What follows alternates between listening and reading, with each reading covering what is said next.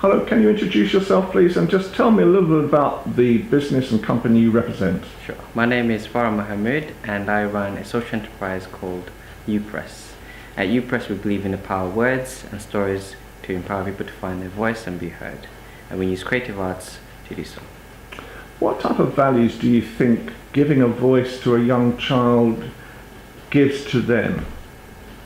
That's a good question. I think from my experience in the work that we do, it empowers them to believe in themselves and it builds confidence in knowing what path that they want to follow, whether it be career, whether it be hobbies and interest, and also find a sense of belonging in community. Do you find sometimes it actually even explains to their own mind what's happening, because once they're filming it, it's almost like a third party? It does. I think so. It's given that perspective as well. So because it's the gap between reflection and knowing what you're doing it's letting you process what's happening and what you're creating in front of you as well. So I think it does, yeah. And just tell me a little bit about what is the actual sort of ways of doing this. So how do you start this whole process? Well, with the work I do, we work with vulnerable community members. So we always, at the beginning, we have a one-to-one session. We identify what areas of skills they have, what they want to develop, and what they want to get out of the project that we're working on at that time. And then based on those information, we set up a plan and work, and we gradually review that based on the timeline of the project itself as well, to see the progress and development. How can people help you right now? There are a number of ways that people can get involved with us. They can dedicate their time to mentor our participants. They can volunteer, work with us here at YouPress.